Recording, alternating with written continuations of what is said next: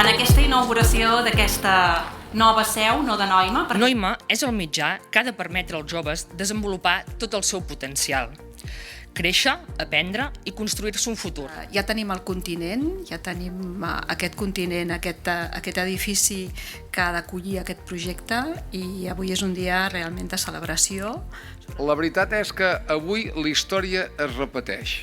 Fa 40 anys enrere arriba el Cristóbal Colón aquí, van a veure l'alcalde Sala i li diuen: escolta, nosaltres hem de fer que això millori. A més, això ho vam tenir claríssim des del principi. Aquesta formació l'hem de donar en un espai dignificat perquè aquests joves entenguin des del primer dia la importància que els hi donem. I això ho tenim aquí. I es dona una bona base i, per tant, més o menys és un creador de base. Per tant, si hi ha algun que no tingui una gran base, no puc pujar més amunt, saps? No sé si m'explico. Quan vaig arribar, ja mirava la gent que parlava una llengua que és molt diferent i a mi me sembla com una mica nerviosa, però quan coneixo l'escola Noima m'ha ajudat molt i m'ha ficat el llum una mica més clar.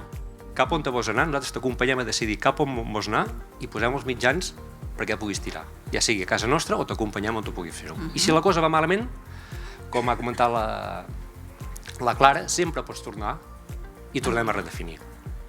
Noima és casa perquè acull, perquè dona eines perquè siguin el que volen ser i també perquè és un espai en què poden tornar.